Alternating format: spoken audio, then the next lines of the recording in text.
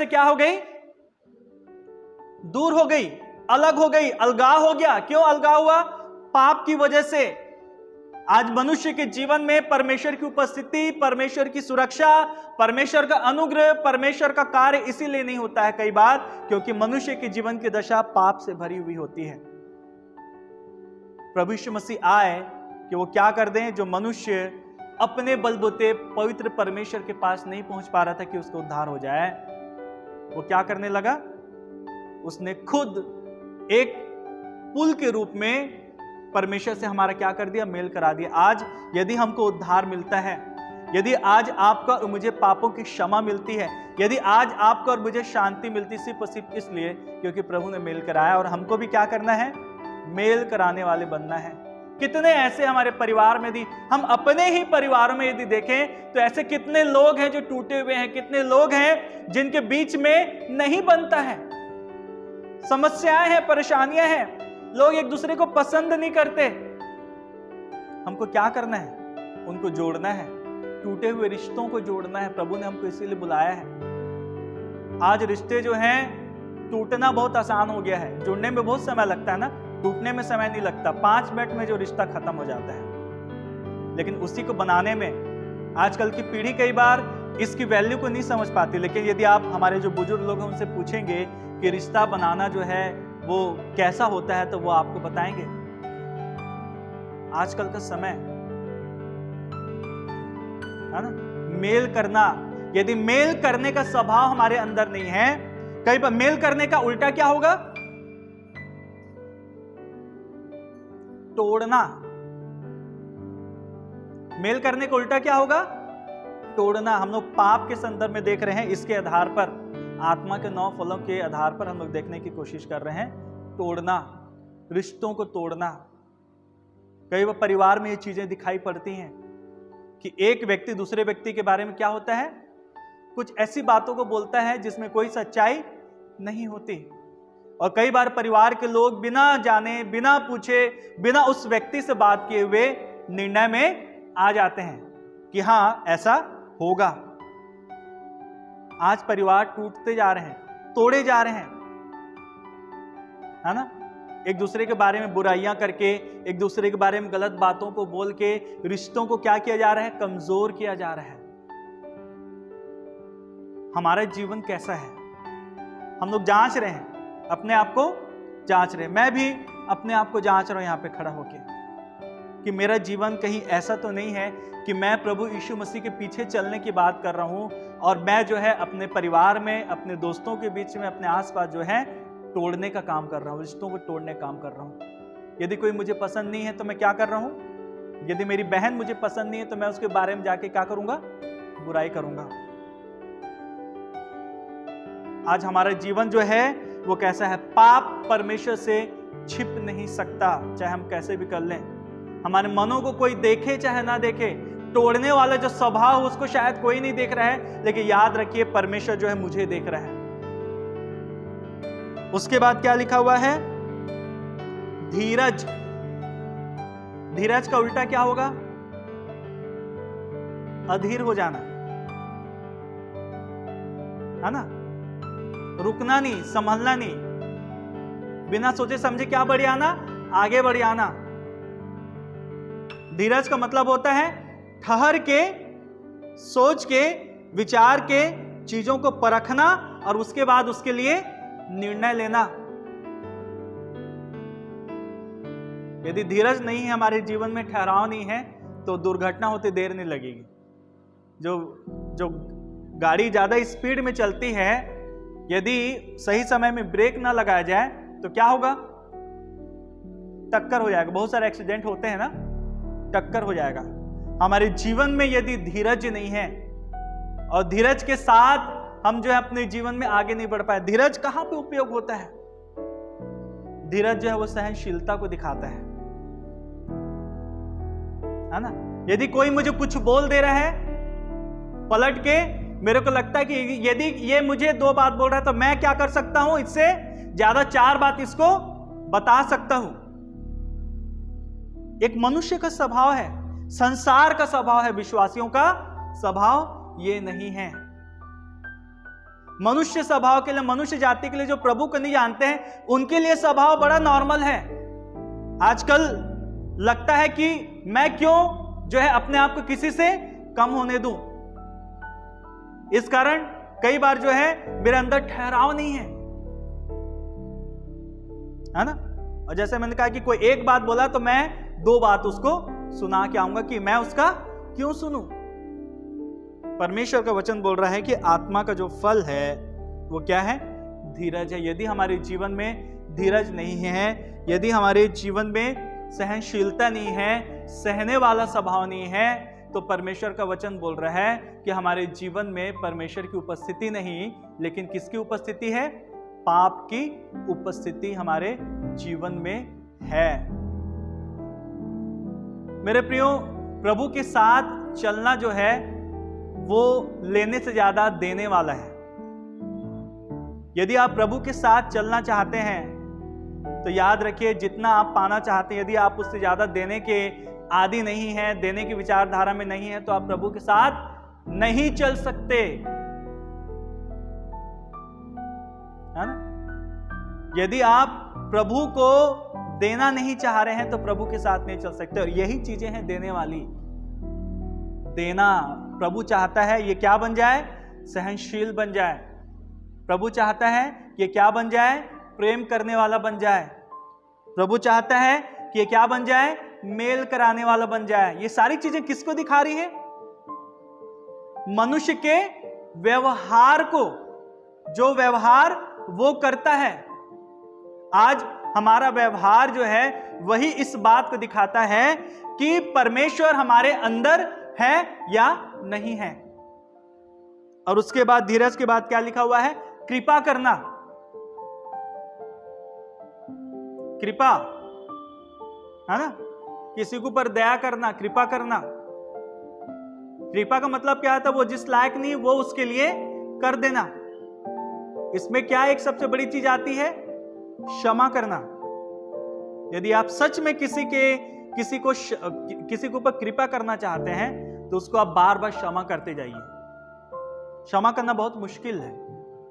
यदि कोई आपके दिल को दुखाता है, यदि कोई आपको हर्ट करता है, आपको ऐसी बातें बोलता है जो आपको अच्छा नहीं लगता, निश्चित तौर पर संसार का स्वभाव क्या बोलता है? जाके उसको क्या दो? जवाब दो। ईंट का जवाब पत्थर से दे दो। लेकिन जो विश्वासी लोग हैं, जो प्रभु यीशु मसीह के पीछे चलते हैं, वो क्या करते हैं? माफ करते हैं, माफ कर देते हैं। और ये जो है सबसे बड़ा स्वभाव है। हमको क्यों माफ करना है? क्योंकि प्रभु ने भी हमारे पापों को क्या किया है? क्षमा किया। हम क्षमा के लायक नहीं थे, लेकिन उसने हम पे क्या किया? कृपा किया, हमारे ऊपर दया किया। और जिस लायक हम लोग नहीं थे उस लायक परमेश्वर ने हमसे व्यवहार किया। नहीं तो हम क्या थे?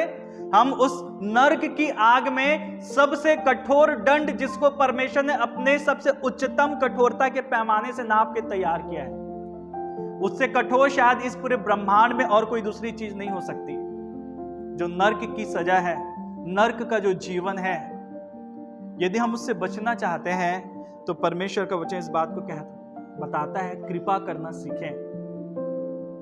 जो जिस लायक नहीं है उसके लिए उस काम को कर दीजिए। और उसके बाद क्या है? भलाई करना, है ना, भलाई करना, दूसरों का भला करना, विश्वास करना। किसके ऊपर विश्वास करना? परमेश्वर के ऊपर विश्वास करना।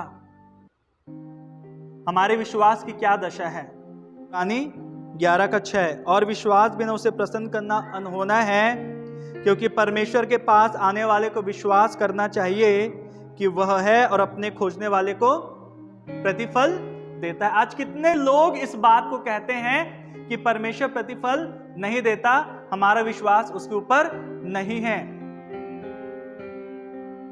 यदि आप उसके नीचे के पदों को पढ़ेंगे तो वहां पर आपको पता चलेगा कि लोगों ने कितनी बड़ी परीक्षाएं देके परमेश्वर के ऊपर विश्वास किया। सब कुछ छोड़ दिया उन्होंने, उनके पास कुछ नहीं था, सब कुछ नहीं था, उसके बाद भी वो लोग परमेश्वर के ऊपर क्या करते रहे? विश्वास करते रहे। अब्राहम की बात यहां पर लिखा हुआ है, नूह की बात यहां पे लिखी हुई है, याकूब की बात यहाँ पे लिखी हुई है ना, सारा की बात यहाँ पे लिखी हुई। इनके जीवन को आप देखेंगे तो हम लोग कभी भी इतनी कठोर परिस्थितियों से होकर अभी तक नहीं गुजरे हैं जितनी कठोरता के साथ ये लोग गुजरे, और इन्होंने विश्वास किया।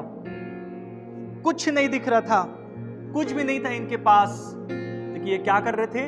विश्वास कर रहे थे। आज आपका और जो मेरा जीवन है वो विश्वास में कैसा है? हम लोग के जीवन में पाप की दशा कैसी है? और उसके बाद लिखा हुआ है गलाती 5वां अध्याय उसके 23 पद में, नम्रता और संयम। नम्रता और संयम। वो यीशु मसीह को यदि हम सिर्फ चंगा करने वाले परमेश्वर के रूप में ही जान रहे हैं तो हम लोग बहुत बड़े धोखे में हैं। जितने भी लोग यदि इसमें हैं, यदि आप में से कोई यहाँ पर सिर्फ प्रभु यीशु मसीह को एक चंगाई देने वाले परमेश्वर के रूप में जानने के लिए यहाँ पर आया है, सावधान हो जाइए। आज जो चीज, जो पाप की बात मैं आपको बता रहा हूं, वो आपके उस चंगाई पाने की बात से बहुत ज्यादा बढ़ के है, और वो है कि आप जिस समस्या में पड़े हुए हैं उसका कारण क्या है, आज आपके जीवन का कारण क्या है, आपके दुख का कारण क्या है, आपके परेशानी का कारण क्या है। सिर्फ यही पाप जिसके बारे में हम लोग बातचीत कर रहे हैं, इसके अलावा कोई दूसरा कारण मनुष्य के जीवन में तबाही का नहीं हो सकता। यदि 5 का इसी का 19 पद को पढ़ेंगे, लिखा हुआ है, शरीर के काम तो प्रकट हैं। शरीर का काम क्या है? संसार के लोग कैसे हैं? संसारिक लोग कैसे हैं? शरीर के काम तो प्रकट है, अर्थात वह विचार, गंदे काम, लुचपन, मूर्ति पूजा, टोना, बैर, झगड़ा, ईर्ष्या, क्रोध, विरोध, फूट, विधर्म, डाह, मतवालापन, लीला क्रीड़ा और इनके जैसे और काम हैं। और लिखा हुआ है, जैसा मैं पहले कह भी चुका हूं, कि ऐसे ऐसे काम करने वाले परमेश्वर के राज्य के वारिस नहीं होंगे। यदि ये चीजें संसार में पाई जाती हैं, संसार के लोग जो प्रभु यीशु मसीह को नहीं जानते, उनका जीवन ऐसा ही है। आज हमारा जीवन कैसा है हमको सोचना है, जानना है ना। पाप क्या कर रहा है? मनुष्य को अपना दास बना ले रहा है, और यदि मनुष्य उसका दास बन जा रहा है तो उससे निकलना उसके लिए जो है बहुत ही मुश्किल है। यदि आप रोमियो 6:23 को देखेंगे तो वहां पे क्या लिखा हुआ है? पाप की मजदूरी तो क्या है? मृत्यु है। रोमियो उसका 6वां अध्याय और उसके 23वें पद को यदि आप पढ़ेंगे तो वहां पर यही बात जो है परमेश्वर का वचन बताता है कि जो पाप में जकड़े हुए हैं उनका अंत विनाश ही है, वो विनाश में ही जा रहे हैं। और एक और स्थल इब्रानियों उसका 10वां अध्याय उसका 26 और 27 देखिए, यहां पर भी देखिए क्या लिखा, दंड है ना। पाप की मजदूरी जो है हम लोगों ने देखा मृत्यु है। दूसरी मजदूरी क्या है? लिखा हुआ है इब्रानी 10 उसका 26 में, क्योंकि सच्चाई की पहचान प्राप्त करने के बाद भी यदि हम लोग जानबूझकर प्राप्त करते रहें तो कौन सी मजदूरी मिलने वाली है? इस कार्य को यदि हम करते रहेंगे तो लिखा हुआ है पाप के लिए कोई भी बलिदान बाकी नहीं है, लेकिन हाँ, दंड का एक भयानक बाट जो होना और आग का ज्वलन, ये पाप की मजदूरी है। यदि हम पाप कर रहे हैं, पाप के कार्यों को कर रहे हैं, हमारी ये क्या है? दशा है। दूसरा पत्रस निकालिए, उसका 2 अध्याय 9 से 15। दूसरा पत्रस 2 अध्याय उसका 9 से मैं पढ़ रहा हूं, ध्यान से। यहां पे लिखा हुआ है, तो प्रभु भक्तों को परीक्षा में से निकाल लेना और अधर्मियों को न्याय के दिन तक दंड की दशा में रखना भी जानता है। अधर्मी लोगों को क्या करेगा? वो दंड की दशा में रखता है, लिखा हुआ है, रखेगा नहीं लिखा हुआ है। क्या लिखा हुआ है? रखना जानता है। यदि कोई व्यक्ति जो है वो क्या कर रहा है? परीक्षा में पड़ा हुआ है, इस पाप में पड़ा हुआ है, पापी विचारधारा में पड़ा हुआ है, उन बातों में पड़ा हुआ है जिससे परमेश्वर को बिल्कुल भी आदर और इज्जत नहीं मिलता, जो चीजें परमेश्वर को पसंद नहीं, तो लिखा हुआ है कि परमेश्वर उनको क्या कर रहा है? दंड की दशा में रखता है। कई बार मनुष्य के जीवन, जैसे मैं बता रहा था, है ना, हम लोग बोलते हैं कि ये बीमारी मेरे जीवन में क्यों, ये समस्या मेरे जीवन में क्यों, आज संसार प्रश्न पूछ रहा है ना, बीमारी क्यों, समस्याएं क्यों, मानसिक तनाव क्यों, शारीरिक बीमारियां हैं और शैतानिक समस्याएं हैं, आर्थिक समस्याएं हैं, बहुत सारी समस्याएं मानव जाति के जीवन में बनी हुई हैं, जिसकी वजह से वो सच्चे जीते परमेश्वर को इस दर से उस दर खोजते हुए बिता रहा है। कारण क्या है?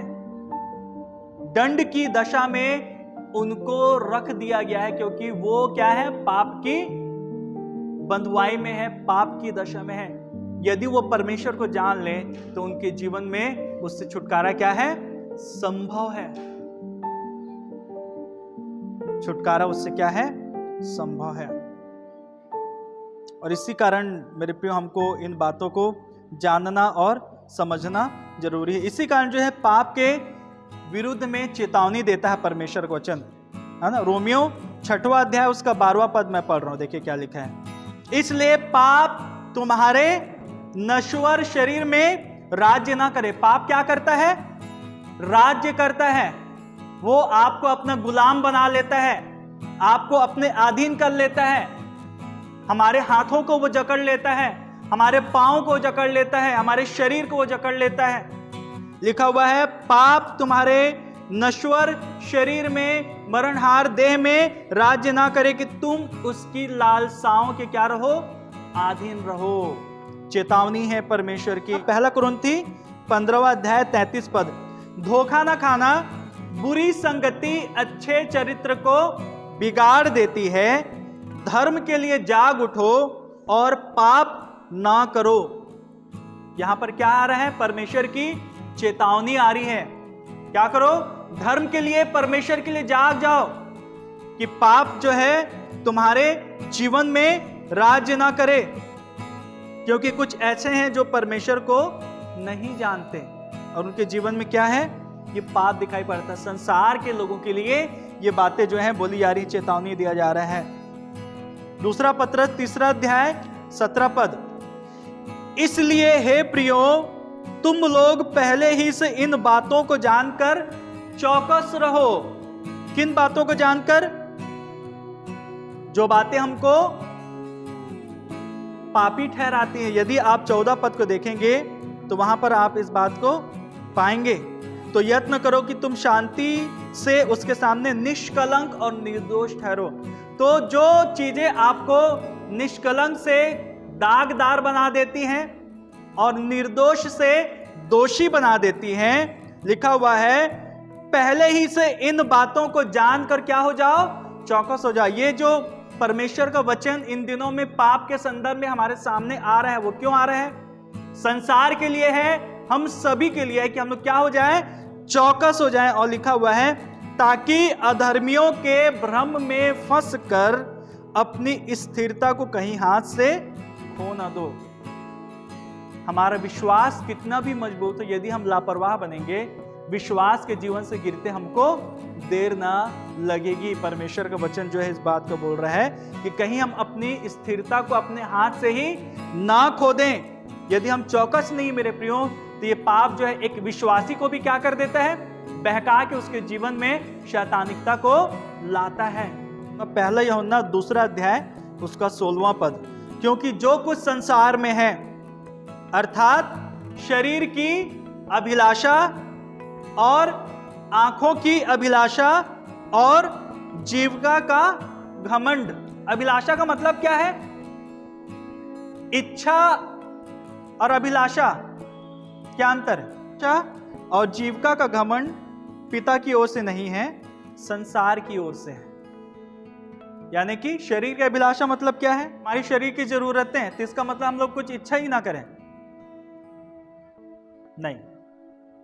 जो कुछ भी परमेश्वर ने आपको दिया है, यदि आपकी जरूरत जो परमेश्वर पूरा कर रहा है, उसके बाद भी आप उसकी इच्छा कर रहे हैं, मतलब कि जो हमारे पास है, जो हमारे लिए पर्याप्त है, उसके बाद भी यदि हम इच्छा कर रहे हैं, तो क्या हो रहा है?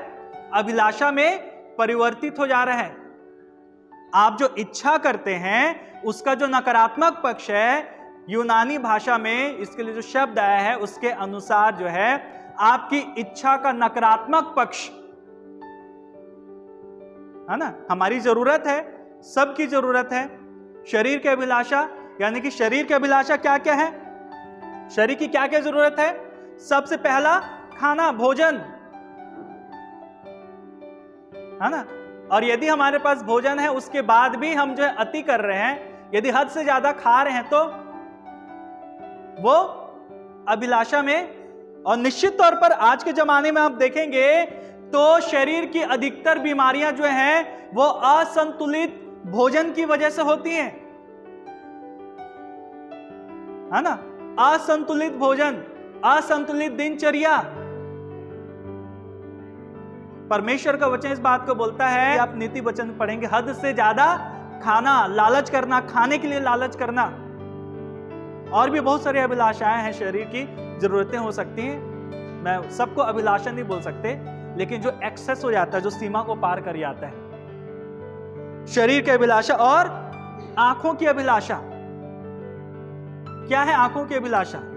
आंखों से देखना। आंखें क्या है? देखने के लिए है। तो फिर आंखों की अभिलाषा क्यों परमेश्वर की ओर से नहीं है? ये आंखों की जरूरत, हम क्या देख रहे हैं, ये बात परमेश्वर का वचन बड़ी स्पष्टता से हमको समझाता सिखाता है। टीवी में क्या देख रहे हैं? हमारे बच्चे जब फोन पकड़ते हैं उसमें वो क्या देख रहे हैं? आपको मैं बता दूं कि जो बच्चे बैठ के कार्टून देखते रहते हैं फोन में, और उसके बीच में भी ऐसे ऐसे वल्गर उसमें एडवर्टाइजमेंट आते हैं जो उन बच्चों के लिए सही नहीं होते। और यदि आप अपने बच्चों को फोन देके भूल जाते हैं तो सावधान हो जाइए, है ना। आंखों की अभिलाषा, याद रखिएगा, आजकल शैतान जो है वो ये जो एडल्ट्री है और व्यभिचार है ना, प्रभु यीशु मसीह क्या बोलते हैं कि यदि कोई स्त्री किसी पुरुष को, पुरुष किसी स्त्री को मन में देखता है और गलत सोचता है तो वो क्या कर चुका है? व्यभिचार कर चुका है। दैहिक रूप से करने की बात तो बहुत दूर है, और आज वो परिस्थितियां इन छोटे बच्चों के सामने आ रही हैं। आंखों की अभिलाषा, हम क्या देखते हैं, टीवी में क्या देखते हैं, है ना, फोन में क्या देख रहे हैं। चर्च में जब आते हैं मेरे प्रियो, तो ये चीजें परमेश्वर का वचन हमको सिखाता है, क्योंकि परमेश्वर हमारी चिंता करता है। आज संसार में ये चीजें, गुड टच, बैड टच, आजकल स्कूल में पढ़ाया जाता, मालूम है। हमारे बच्चे हैं छोटे छोटे, यहां पर बच्चे बैठे हुए, बाहर बच्चे हैं। आजकल बड़े बड़े लोग जो हैं, जो वयस्क लोग हैं, वो लोग छोटे छोटे बच्चों के साथ कुकर्म कर रहे हैं। संसार कैसा है, कितने सुरक्षित हैं हम लोग? याद रखिए, सुरक्षा सिर्फ परमेश्वर के पास है। और जैसा कि मैं बता रहा था, आंखों की अभिलाषा, जो देखने की बात हम लोग करते हैं और देख के विचार करने की बात करते हैं। शायद हो सकता है कि मैं छोटी बच्ची के समान गलती करूं, दूसरे बच्चों के समान, और उस बच्ची ने समझ लिया कि मैं परमेश्वर से छुप के कहीं पर भी सेब को नहीं खा सकती। हम विश्वासियों के लिए, जो प्रभु के ऊपर विश्वास करते हैं मेरे प्रियो, एक आशा है कि हम इन बातों से बच सकते हैं। हमारे बच्चे जो हैं इन बातों से बच सकते हैं। हम आंखों की अभिलाषा से बच सकते हैं। परीक्षा का आना पाप बिल्कुल भी नहीं, लेकिन परीक्षा में गिर जाना पाप है। वो यीशु मसीह भी को पढ़ेंगे, लिखा हुआ, हर बातों में हमारी नाई परखा गया। तो क्या यीशु मसीह के सामने आंखों की अभिलाषा नहीं आई होगी? शैतान ने क्या उसके सामने नहीं रखा होगा? जबकि वो स्वयं परमेश्वर था। लिखा हुआ, हर बातों में हमारी नाई परखा गया लेकिन निष्पाप निकला। इसका मतलब हर व्यक्ति के जीवन में, चाहे वो प्रभु को जाने या ना जाने, पाप की परीक्षा आएगी, आंखों की अभिलाषा की परीक्षा आएगी। लेकिन हम जो मसीही लोग हैं, हम जो प्रभु के साथ चलने वाले लोग हैं, हम जो हैं दूसरों से, परमेश्वर इसी का हमको अलग रखता है कि इन बातों में हम सुरक्षित रहें। आजकल टीवी सीरियल्स इतने अश्लीलता से भरे हुए हैं कि उनको कई बार आप जो है परिवार के साथ बैठ के नहीं देख सकते। अफेयर्स, एक्स्ट्रा मैरिटल अफेयर्स, विवाह के बाहर के संबंधों को बड़े ही सामान्य तरीके से आजकल के टीवी सीरियल्स में दिखाया जा रहा है। आंखों की जो जरूरत है परमेश्वर ने देखने के लिए दिया है, और जो हमारी जरूरत है हमारे लिए जो प्रभु ने दिया है, यदि उसके अलावा हम अपनी आंखों का और गलत इस्तेमाल कर रहे हैं, वो क्या ठहर रहा है? आंखों की अभिलाषा। चाहे मैं स्त्री हूं चाहे मैं पुरुष हूं, परमेश्वर के लिए यह वचन स्पष्ट है। और उसके बाद शरीर की अभिलाषा हो गई, आंखों की अभिलाषा, और जीविका का घमंड। जीविका का घमंड। परमेश्वर ने जो भी जीविका का साधन हमको दिया है, चाहे कितना भी बेहतर, कितना भी अच्छा क्यों ना हो, जहां तक उसमें घमंड नहीं है, वहां पर परमेश्वर जो है आपको और बढ़ाता ले चलेगा उसमें। लेकिन लिखा हुआ जहां पर उसमें घमंड आना शुरू हुआ, लिखा हुआ है वो परमेश्वर की ओर से नहीं है। वो किसकी ओर से है? संसार की ओर से है। और ये जो अभिलाषाएं हैं, शरीर की अभिलाषा, आंखों की अभिलाषा, जीविका का घमंड, ये क्या है? लिखा हुआ है मिटते जाते हैं, लेकिन जो परमेश्वर की इच्छा पर चलता है वही सर्वदा बना रहेगा। सो परमेश्वर आज इस बात पर हम सभी को बहुतायत की आशीष प्रदान करे, जब हम इस बात को सीखने की कोशिश कर रहे हैं कि पाप जो है वो परमेश्वर से छिप नहीं सकता। मेरे प्रियो, पाप की मजदूरी और पाप का जो बंधन है, हम लोगों ने इस बात को देखा। पाप के विरुद्ध चेतावनी को हम लोगों ने देखा कि परमेश्वर का वचन बार बार चेता रहा है। किसको चेता रहा है? संसार को नहीं चेताता परमेश्वर का वचन। परमेश्वर चूंकि आपसे प्रेम करता है, इस कारण परमेश्वर की आत्मा आपसे बातचीत कर रही है। चीज को लेके नकारात्मक होता था, प्रभु ने सिखाया। प्रभु को धन्यवाद दे कि परमेश्वर के वचन ने तुझसे बात किया। इसलिए बात किया क्योंकि तू परमेश्वर की नजर में मूल्यवान है। इसलिए बात किया क्योंकि परमेश्वर तुझसे प्रेम करता है। इसलिए वो वचन तेरे लिए था, क्योंकि परमेश्वर नहीं चाहता कि तू जो है संसार के साथ गिना जाए। तो यदि आज परमेश्वर का वचन आपसे बातचीत कर रहा है, तो इस बात को जान लीजिए कि परमेश्वर आपसे प्रेम करता है।